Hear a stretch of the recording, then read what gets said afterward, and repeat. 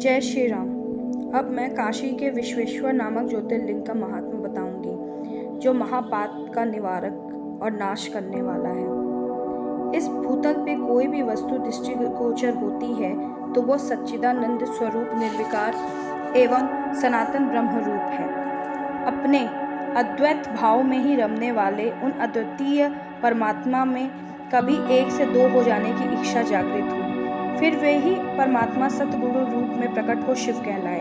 वे शिव ही पुरुष और स्त्री के रूपों में प्रकट हो गए। उनमें से जो पुरुष था उसका नाम शिव हुआ और जो स्त्री हुई उसे शक्ति कहते हैं।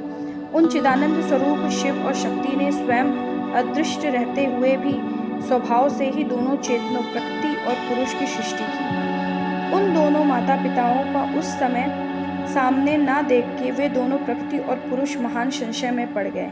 उस समय निर्गुण परमात्मा से आकाशवाणी प्रकट हुई, तुम दोनों की तपस्या करनी चाहिए, फिर तुमसे उत्तम सृष्टि का विस्तार होगा। प्रकृति और पुरुष बोले, प्रभु शिव, तपस्या के लिए तो कोई स्थान है ही नहीं, फिर हम दोनों इस समय कहाँ स्थित होकर आपकी आज्ञा के अनुसार तप करें। तब निगुण शिव जी ने तेज से सारभूत 5 कोश लंबे चौड़े शुभ एवं सुंदर नगर का निर्माण किया, जो उनका अपना ही स्वरूप था।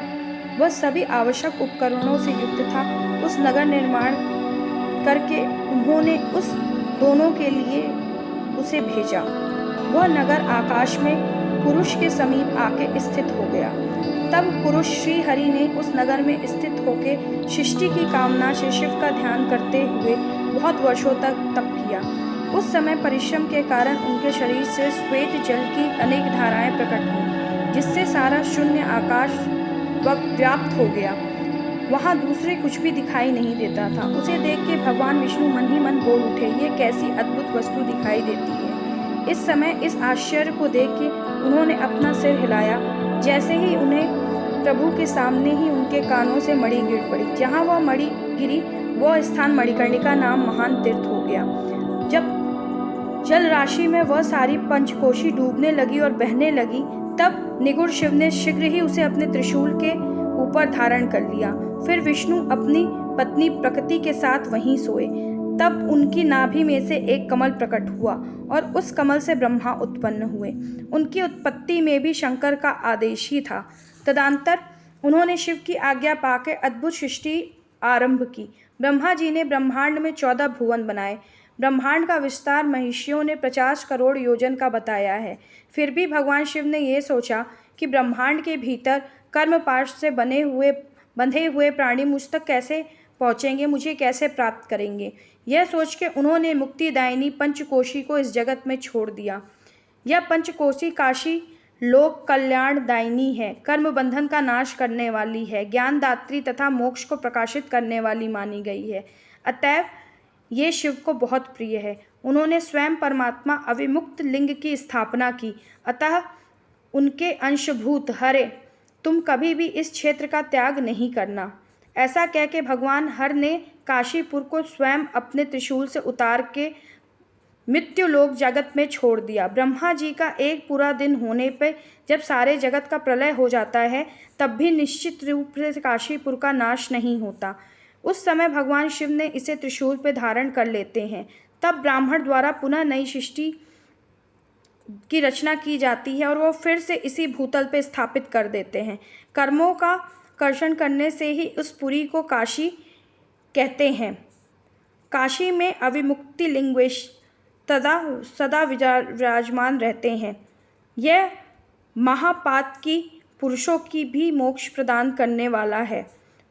अन्य मोक्षदायक धामों में साय रूप आदि मुक्ति प्राप्त होती है। केवल इस काशी में ही जीवों को सयुज्य नामक सर्वोत्तम मुक्ति सुलभ होती है।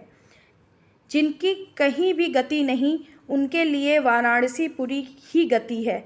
महापुण्यमयी पंचकोशी करोड़ों हत्याओं का विनाश करने वाली है।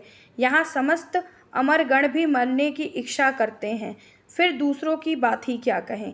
यह शंकर की प्रिय नगरी काशी सदा भोग और मोक्ष प्रदान करने वाली है।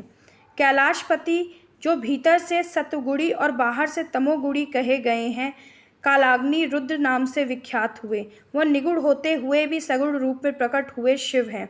उन्होंने बारंबार प्रणाम करके निगुड़ शिव से इस प्रकार कहा। रुद्र बोले, विश्वेश्वर, विश्वनाथ, महेश्वर, मैं आप ही हूँ, इसमें संशय नहीं है। साम्य महादेव, मुत आज आत्मज पे कृपा कीजिए। जगतपति, लोकहित की कामना से आपको सदैव यही रहना चाहिए। जगन्नाथ, मैं आपसे प्रार्थना करता हूँ कि आप यहाँ रह के जीवों का उद्धार करें। तदंतर मन और इंद्रियों को वश में रखने वाला अविमुक्ति ने भी शंकर से बार बार प्रार्थना करके नेत्रों से आंसू बहाते हुए प्रसन्नतापूर्वक उनसे कहा, काल रूपी रोगों के सुंदर औषधि देवाधिदेव महादेव, आप वास्तव में तीनों लोकों के स्वामी तथा ब्रह्मा विष्णु आदि द्वारा भी सेवनीय हैं। देव, काशीपुरी को आप अपनी राजधानी स्वीकार करें।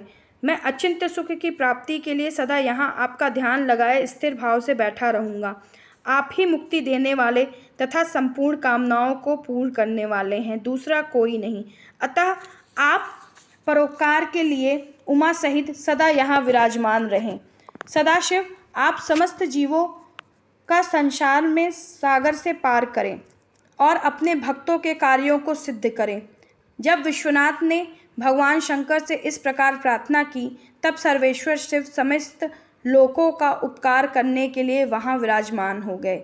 जिस दिन भगवान शिव काशी में आ गए, उसी दिन से काशी सर्वश्रेष्ठ पुरी हो गई। जय महाकाल, जय माँ काली।